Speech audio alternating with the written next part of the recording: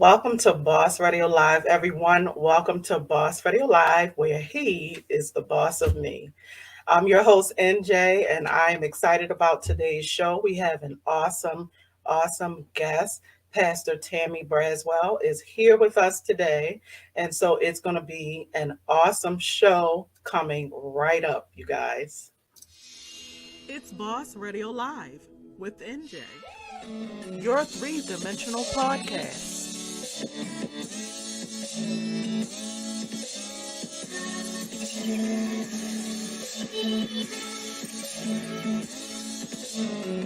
Baltimore, Maryland. I love my city. Wow. You have to have balance. Mother's Day extravaganza event being held by LCC Lois Butler Colbert. Come meet me today at the Spirit Center.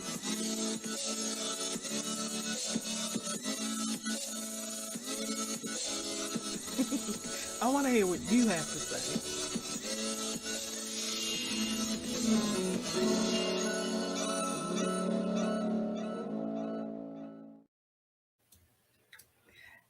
Welcome again to the show. Again, I'm your host, NJ, and today's guest is Pastor Tammy Braswell. She is the founder of Transformation, a groundbreaking organization serving Baltimore's youth and adults. Here's a little bit about Miss Braswell.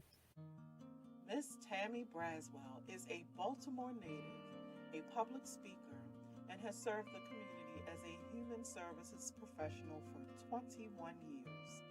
Miss Braswell started in pastoral counseling and moved on in her journey to human services and rehabilitation counseling. As founder of Transformation, Miss Braswell supports and serves Baltimore City with community health awareness, education, and compassion. A dedicated, influential, and well-respected voice in the community, Miss Braswell is a servant leader who believes her purpose is to help others navigate through the demands of life, ultimately creating a more just and caring world. Welcome, Pastor Braswell. How are you? I am doing wonderful. How are you? I'm I'm great. super excited to be here today. And I am glad to have you. And I want to hop right into it because I want to find out a little more, or I want our guests to find out a little more about your organization, Transformation, which I love Okay. the name. Thank you. Thank you. But I wanted to ask you a bit about yourself first. And I understand that you started off more so in pastoral counseling. So tell us about that, how you made that journey and sort of moved more into human services. Was this like a natural progression or just explain that? So actually, human service has always been in the picture, right? And so I am, yes, in fact, have a degree in the pastoral counseling side. However, I think that they walk together, right? I think they walk together. I feel very strongly that it was more so my faith-based background that caused me to cling more to that human service side. So was a deputy director for Healthcare Access Maryland for 15 years prior to launching my own organization. And so I was the deputy director over behavioral health outreach services. And so under that umbrella, I oversaw grants for the Buprenorphine Initiative, which is Suboxone. I'm not sure if you're familiar with that, but for those of you who are, it is one of the uh, uh, overall arches in Baltimore City that's fighting this opiate epidemic, and it is a substance treatment drug by the name of buprenorphine or Suboxone, you can call it either one. And we actually did case management services for that population of people. But I also oversaw the grant for the Crisis Information and Referral Line. And the Crisis Information and Referral Line was designed to well, it's still operating, so I'm not going to say was, is designed to assist Baltimore City residents with getting connected to mental health and behavioral health and substance use services. And so also under the umbrella of the behavioral health with our homeless service division. Yeah. And that sort of speaks for itself. We assisted Baltimore City homeless population with housing and assisting them with resources and services for our community. So prior to launching this amazing dream, I had started my work with the Healthcare Access Maryland, which is an amazing organization in Baltimore City. And they gave me my beginning, and I actually came in as, I think, a temp. And I worked my way up in the same department to deputy director. And so it was in that, my feet being planted in that organization that really led me to explore and really seek God for what I'm supposed to do. And I don't know, but you ever been in a place where you're asking God, what is my purpose? What am I supposed to do? And come to find out you're standing in it. Right? Wow! Look at that. And so, once I accepted my call to ministry, I feel like my love and desire to serve people, the depth of it became immeasurable. I just wanted to serve God's people in the capacities that He was calling me to. And that's actually kind of where I was going, because your faith is evident. Amen. And so I just wanted to know, how does your faith really inform what you do? You kind of started along that line, but how do you feel it really informs what you do? I think my faith is everything that I do. Everything that I do is by that vehicle of faith that I live by, right? Every decision I make, I don't make decisions without that faith part being in place. I'm governed by my faith, right? And so I don't see my organization as work. I see my organization as ministry. This is ministry. This right here is that light sitting on the hill where men can run in and be safe, right? I prize myself on following the scriptures and bringing the scriptures to everything that I do. And I don't, and even when I was working in the secular arena, it was times when I would be just like, I just need her to know that there is a God that can help her right where she is. And there were opportunities to do that, but then sometimes it just, I really couldn't do it, but I could always just pray. Well, starting the organization that I had, I'm able to do that. I'm able to say, come, I want to share something with you if it's okay with you, And so I think my faith mirror is it was a catalyst. It's a catalyst for everything that I do. It really, really, really is. And I think when I think it also makes my faith come alive. You can see it in action. I see it in action, because it's one thing when you're in church and the preacher is going forth, or the word is going forth and the music is going forth, and we're worshiping God and we are talking about the world, right? We're talking about it, and while we're here, we're called to the world.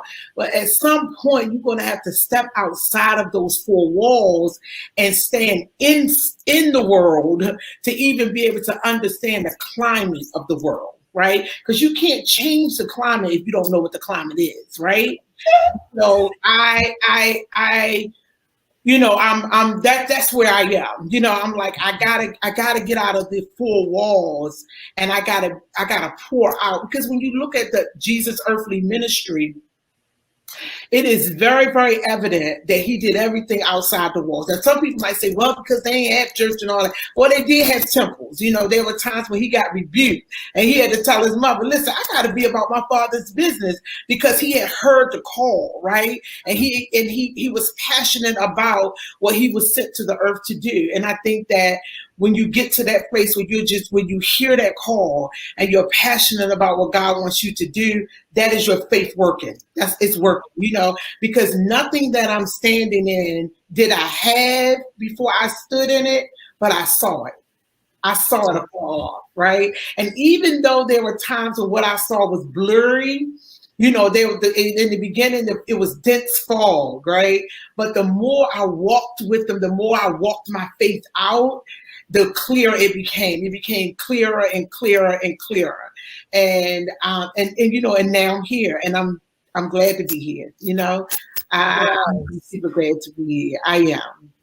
So let's talk about this amazing organization you have, Transform Nation. Now, it's a psychiatric rehabilitation program, but you know, just listening to you speak, and knowing, you know, the mission that you're on, the first thing that comes to mind when I say psychiatric rehabilitation is dealing with people with mental health disorders, but I have the feeling that a whole lot more goes on in your program, and can we talk about that? Plus, I've seen some of the things like I believe like kidney transplant support groups. Like I was like, oh my gosh, it's just a lot that you all do. So can you talk to that? Speak to that. So, you know, we started off as a 501c3 because, again, I was working my full-time job, right? And it was that yearning. It was like, I got to do more. I should be doing a little bit more than just sitting in this big office with this big window. I got to get out of here, right? And so I started doing something that I could do while still maintaining my job. And so I started Transform Nation. We're 3 years old. And I started out on the phase of just providing supportive services to children aging out of foster care. After working with that population of people, it then birthed in me a greater desire to help them beyond supportive services, right? And so I recognize that they are surrounded by support because, you know, if you're in foster care, you're in the system. So you have the social work and you have the caseworkers. But what I also learned is that the kids had gotten to the place where they didn't actually trust the system, right? For whatever reason, right? And so they weren't engaging services like they could. And so I began to just want to stretch that out a little bit and provide more to them what I felt like they needed. And so, and not that it wasn't being given, because that population do an amazing job as well. But I decided that I needed to go back to school. And so that is what I did. I went back to school, which is where the human service came in at, and I got my graduate degree, right? And getting my first graduate degree, it really taught me how to build a mental health organization grassroots from ground up, right? And so it prepared me. But this is the thing about God. He will lure you out there, right? And you'll get out there and you'll be like, yeah, I'm done. And then he'll flip another script and say, not quite, right? Because you couldn't tell me that I started this organization. I'm helping the kids over here with services. Now I'm going to start my organization and get it licensed, right? But then the Holy Spirit just started dealing with me and was just like, well, Tammy, you got to deal with their mind, which is what transforming is. It is being transformed by the renewing of your mind, right? And a lot of what I saw were a lot of kids who had been had experienced a lot of adverse trauma and had been impacted by a lot of violence in their home, in the community, and in their surroundings. And so, and many of them were victims of circumstance. Right. And so it was like you could show them something and you could send them or give them housing, but it was a sustainability that I did not see. And so I began to think about the recidivism of how, they would get established and then they would plunge again. And then here they go, they're back again. And I began to see that pattern. And I was like, I want to be a solution.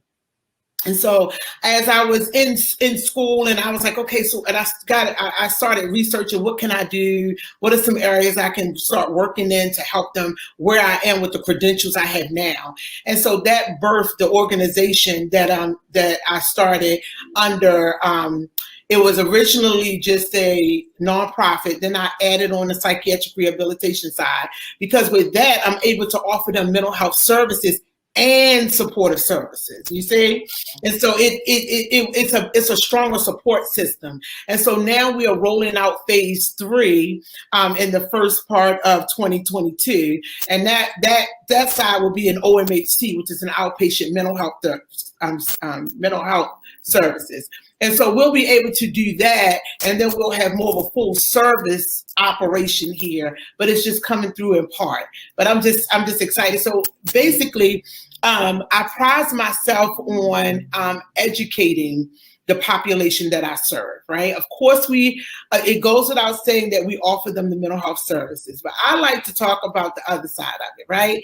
And that is because the sustainability, I feel like, comes in when you educate them, because you can keep feeding somebody fish all day, but if you teach them how to fish, they'll feed themselves for the rest of their life, right? And so that is what I want to do. I'm not interested in having clients that's just hanging on. No, I want to see change, right? I want to see your life impacted and changed, and you're empowered to take your life into the direction that you're supposed to go. And one of the other areas that I'm very passionate about, and that is bringing young people and adults to the awareness that you're not just here. You don't just exist. No, you were called into the earth, right?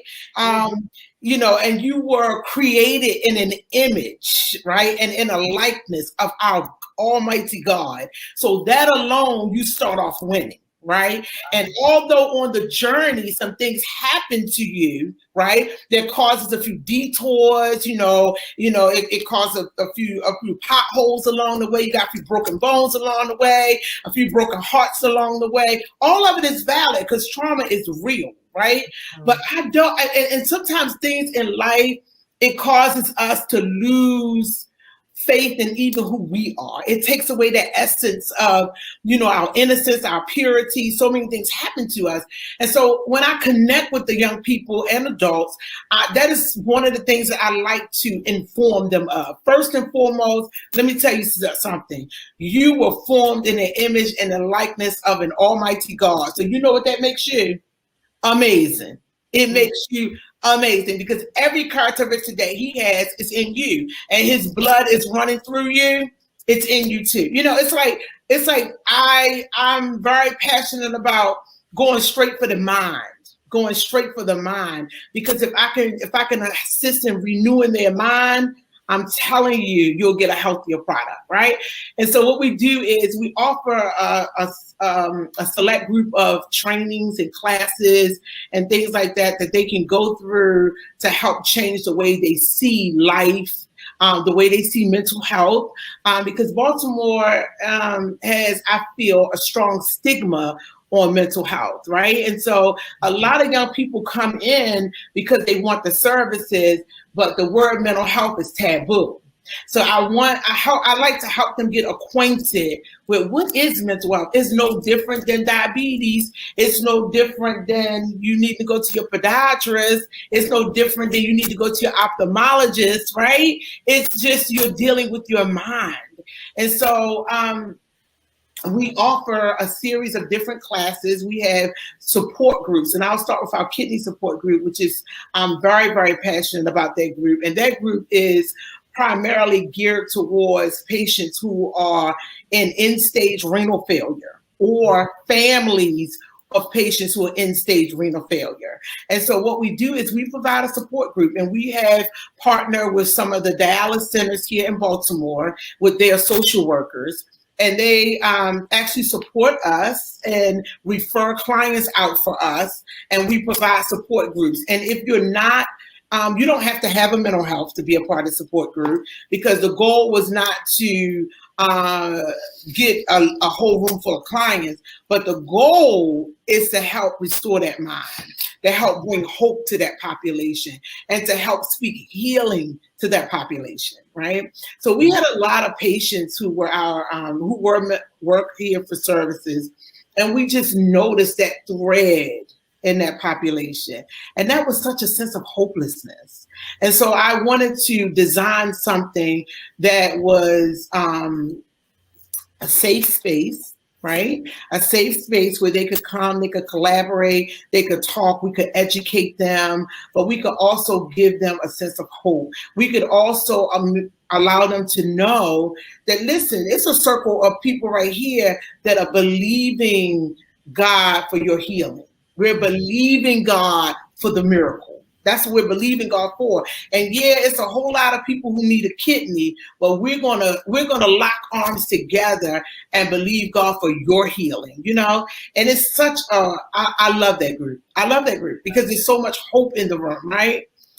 So I actually love that group. And I was gonna say that's actually, you know, very near and dear to my heart. They had both my first husband and my father both passed away of renal failure. Oh wow! And if they had, I really feel like if they had had something, because my husband passed away at 29, my first husband, and I think he struggled with trying to deal with the fact that he was even at that point at that young age, and just to be able to have some support that is like that would have been amazing, and my dad as well, and so I can certainly see the benefit in that, and that must really be a blessing, because that's a tough thing, you know, and even with having to do the dialysis, even if you're not in stage, that dialysis and all, it's a lot. It's a lot. And so I think that is truly a blessing, and definitely is a worthwhile ministry, because that's a ministry that you have going on. Yeah, that's you're dealing with you know, something so fragile. You know, I find that population to be fragile. I do. And what, you know, and I'm glad that you quoted the age of your first husband, because what we were finding is that more and more young adults are being told, like, you know, your counts are low, you know, you're headed that way, and instead of them you know, changing their lifestyle, or, you know, or even accepting it, or even hearing it and processing it, they more so put up a wall, right? They shunned away from it, right? And they are more, some of them are literally ashamed of it, and then some of them just don't take it serious, right? And that could be for a number of reasons, you know. And sometimes when, you know, even sometimes when I hear devastating news from the doctor, sometimes I just say, I'll deal with that later, and I'll compartmentalize it, right? So it just all depends. But what the reason why I'm saying this is because it is starting younger and younger with the kidney problems. And because if you look around, dialysis centers are popping up everywhere because there is a demand. There is a demand on it. And so we like to really, when we get referrals from doctors' offices who, you know, patients express being depressed about it, being sad about it, because it's a lot, you know, and we really like to have that be support to them when they begin their dialysis, right? Because, I mean, just think about it. We had some people in the support group that was like, when they delivered all them boxes and machines to my house, and, you know, I was just so overwhelmed that I couldn't get on it. And it's like, but you got to get on it because it's life or death, right? And so it's those moments that nobody's watching, that we want to empower you and give you the tools to keep moving in spite of all the opposition. Wow, yeah, that's truly amazing. That is just a blessing, I'm sure. Okay, Yeah, it okay, is. because I'm like, we can have a whole show about that, because that is a big problem. It It really is. is, It and so really, I really I is. am And so, amazed if, that you're and tackling. if and if anyone who's watching the broadcast, you can also visit our website at www.transformination.org. It's every fourth Thursday. It is free to the community. You don't have to be a part of the program. It is just a safe place that's been designed to get empower and give support, and also to give education to families. Like, we have nutritionists come in, we have nurse practitioners that come in, we have a think tank group of professionals who I just asked, and they were like, sure, I'll be a part of it to help design it. So it is really nice. So just wanted to put that little blurb in there. Yes, absolutely, Yeah. absolutely, and I just think that that's definitely something that can help a lot of people. So you guys definitely, if you are able to get to that website, go to transformination.org. Make sure you go there and get the help that you really need. And this group is amazing. So if you're dealing with that end stage renal failure, anything like that, what is it, just end stage renal failure, or is it just if people on that, or is that considered end stage renal Yeah, failure if that's you're considered on end-stage renal dialysis? failure. Okay. That's considered end-stage renal failure as well. And there are some who join the group who just haven't even started dialysis yet, right? But it's acclimating them to the process. Wow. Because what we're told is the doctors, of course, we know they have 15 minutes, right? So they tell you what's going on, but they don't have a lot of time to answer questions. So I like to have professionals here, like to answer questions to those who are curious. But I also find that it's very profitable for family members who want to ask questions, Right. and caretakers. And we have some overcomers in the group who did get transplant. I think I should call them transplant patients. Yeah. So we have them, and they share. They give their hope, they give their journey and their faith walk. And it's proven to be very impactful. Very impactful. Wow. Amazing. Yeah. So, I'm going to ask this question, but I feel like we have covered this, but I'm just going to put it out there. And so, Okay. recently we actually did a mental health episode, Uh-huh. and where we had NAMI Baltimore on, and another organization, Empowered to Heal, and we were discussing the unique issues with Baltimore young Mhm. people in Baltimore. So you kind of hit on that earlier. Mhm. And so I just really wanted to know, uh, with the children in Baltimore, the young people or young adults, do you see anything particularly that's kind of unique to Baltimore with them that your organization is helping with? So yeah, so we actually partner with the Baltimore City, our mayor, who believes that we need more trauma services that are dedicated to combating the epidemic of violence amongst our city and our youth, and to come through more innovative ways to approach that. And so we partner with Mayor Brandon in that area of creating innovative spaces where they can really come and get the services that we need. We are strongly advocating to desensitize that whole stigma of mental health and make it a common conversation. And I think with all of the violence that is breaking out in our city today, more now than ever, we have to all, as an organization, join together and join forces together, collaborate together. If I don't have the services that they need and you have the services that they need, hey, let's, because keeping the kids at the center of what's going on in our city and the help that is necessary and the help that is needed. And so we definitely are working diligently to keep resources and to keep innovative ideas going on in our organization to keep attracting them, giving them a safe space. It is so important because our kids face with a lot of trauma, a lot of adverse trauma, and then I think that adults are facing a lot of current trauma, but they carry a lot of childhood trauma. And so I feel like, providing spaces for them to be able to talk and to have someone advocate for them and have someone to share with them and help them to understand their diagnosis while also assisting them with re-engaging in society from a healthy place.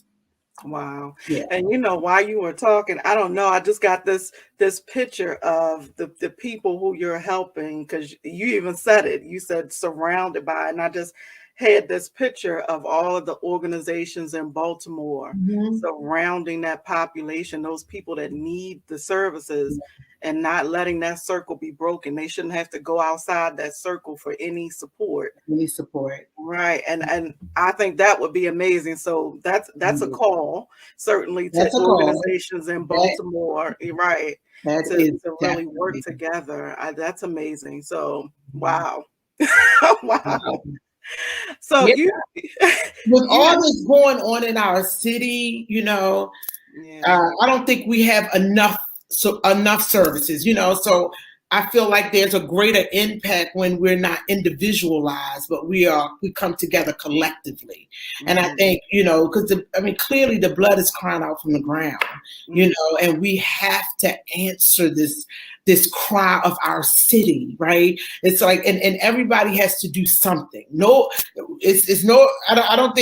I don't think anyone expects one person to have all the answers, but if everybody rise up and do something, and if everybody that's doing something join forces together, I believe we could make a great impact on a lot of things that's going on in the city. And there are amazing people, who are doing some amazing work, and doing some amazing things. And, I just excited to be a part of it, right? I'm excited to. I definitely am. One thing you didn't mention, I saw you have a series called Pause. So can you talk a little bit about that?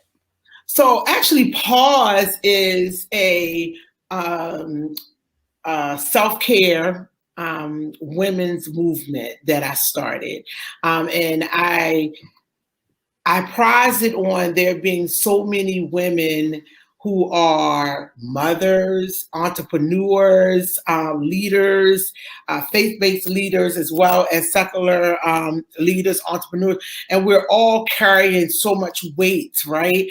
And as a result of that, we tend to keep going and not really focus on our inner man, our bodies, right? And so the Lord had given me a vision, and he began to, and actually I was in a boardroom at this time. And this is, can I share this real quick? Yeah. So I was in a boardroom, and it was like professionals coming from everywhere, CEOs, PhDs, all around the city, right? And we were actually about to launch a big project a couple years ago. And it was so ironic that one person, every time someone come in, I would say, "Hi, how are you?" And one person, "I'm exhausted. I'm tired. I don't know. I just don't. It's so much going on. It's so much to do. That's what everyone has something different to say." And as I begin to say some words of encouragement, but the Holy Spirit said it is because they need a place where they can pause from feeling like they have to be inundated in the day-to-day of life, and just pause and be still and press pause on their life and allow their bodies to regenerate, And so I was like, So a couple of weeks later, that just kept coming to me. It's like all the women around me were just like exhausted. Everything isn't physical exhaustion, it's mental, emotional, And so I birthed this event. It's women's movement, and it's called Pause. And what we do is we gather together. We're actually going to have one in 2022. I'll send you some literature. Okay. Yes. And so it is where the women come and we press pause on life. We're not moms. We're not bosses. We're not, and I know a lot of people, we have a lot of events, highlighting all of our strengths, everything that we are, our titles. But I wanted to create an environment where we kind of like, take all that off. Take all your hats off. Leave all your hats out there. We're going to get them when we come back because we work hard to be who we are. But for this, you don't have to. And we build them up. And we come from a mental health perspective, but we also come from a wellness perspective. And we give them the tools that they need to learn to press pause on the journey. They don't wait until they get exhausted and tired and can't really function. And so we hosted the last one at the Pearl Spa because they had this huge conference room. We had some amazing speakers to come. I mean, they came, they talked, we did exercise and talked to nutritionists about foods that fuel you, and just pressing pause on life and getting in touch with self. And the whole goal is when you walk away from there, you're centered, you're back connected to you. And sometimes we just have to be still and know that He is God, right? We got to just be still. And it's hard. That's hard because it's like, I got to make sure this happened. I got to make sure that happened. I got to make, but yes. Not this weekend. This weekend, you're only going to focus on you. Wow. You're going to focus on you. You're going to focus on your health, your physical health, your mental health. You're going to focus on all those things that concerns you, right? And it's also, we draft up a plan of how to go forward and not to get derailed by the busy work, right? And we learned, I think my biggest takeaway is that no is a complete sentence. I don't have to say yes to everything, right? It doesn't make me less of a woman, no less of a boss, because I say no. It's no. It just doesn't fit in my schedule right now, because I was one of those people who, because in ministry, we're servants. I'm a servant leader. And so where there is a need, I try to fill it. But there are some times when I have to fill this need first in order to be able to fill more needs healthy, right? And bring it from a healthy place, So it is just amazing. Like, I want to make sure I invite you. I'm going to make sure I invite you. So I'm ready. Get connected, And so it is really nice. The wonderful women building one another up. And we're actually having one 2022. It's going to be quite amazing. I'm certainly going to keep you posted. I would love for you to come. I would love I'm coming. Okay. I might have my mask on, but I'm coming. Yeah, right. Yeah, we all will. It's going to be a part of your registration for a mask. That's how serious I am about those masks. Yeah. Well, I'm showing this website again because these are some amazing services that your organization offers. And wow, this time has gone by really, really fast, you guys. It's been over 30 minutes. Yes. It's a great conversation. Yes. Thank you. You have been an amazing guest, and you have certainly shared a lot of resources. I am so excited about what you're doing in Baltimore and how you are serving, because everything that you have talked about today is definitely needed. Yeah. And definitely that pause. I'm like, I had my hand up. Can I come? Yeah, so I'm coming. Yeah. But yes, that is amazing. So you guys, if you have heard anything today that sounds like a service or support that you need, definitely look up Transformation and go to the website, contact them, and get in touch with them so you can get the help that you need. Thank you so much, Pastor Braswell. This has been amazing. Thank you for being my guest. Oh, thank you for the invitation. Absolutely excited about everything that you're doing. Thank you so much. All right, you guys. So this is another show, another awesome show. I thank again my guest, Pastor Tammy Braswell. Thank you. And next time we meet will actually be January 14th. So we are taking a break for the Christmas holiday. We will not be having a show on the 24th, I believe it is, that Friday. So the next time I see you guys will be January 14th, same place, same time. We will have another amazing guest. You guys will hear more about that coming. And so make sure you join us on January 14th at 6 p.m. Again, I had a wonderful time with my guests, and this has been an amazing show. Make sure you look up Transformation, share the episode. Somebody may need to hear what went on today. And until next time, you guys, it's been awesome, and stay boss.